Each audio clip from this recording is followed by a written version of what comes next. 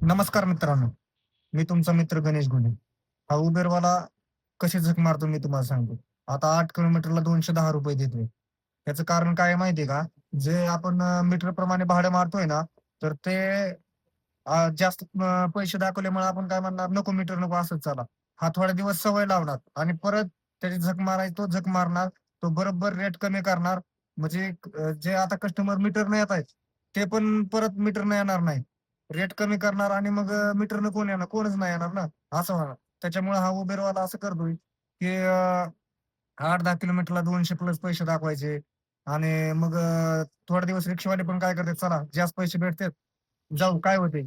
मग ते कस्टमरला अशीच घाण सवय लागते आणि मग तो महिना 2 महिन्यांनी परत तोच करणार.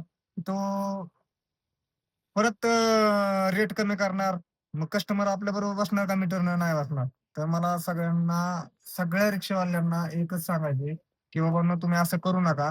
जे जे कसं भाडं कुठलंही असू द्या, 500चं असू द्या, 300चं असू द्या, 200चं असू द्या. पण ते मीटरप्रमाणेच मारा. तरच त्याला सवय लागणार.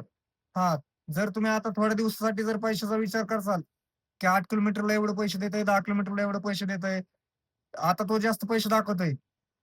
म्हणून लोकं मीटरनं बसत्यात. काही जण बसत नाहीत. काही जण बसत्यात. त्याच्यामुळे मी तुम्हाला सांगतोय कुठलं पण भाडं असू द्या, Ola, Uber, Rapido सगळं मीटरप्रमाणे मारा. धंदा हा व्यवस्थित होतोय. केल्याच्या नंतर काय पण होतंय. त्याच्यामुळे मी तुम्हाला सांगतोय व्यवस्थितपणे मीटरनेच पैसे घ्या आणि मीटरनेच चला. धन्यवाद.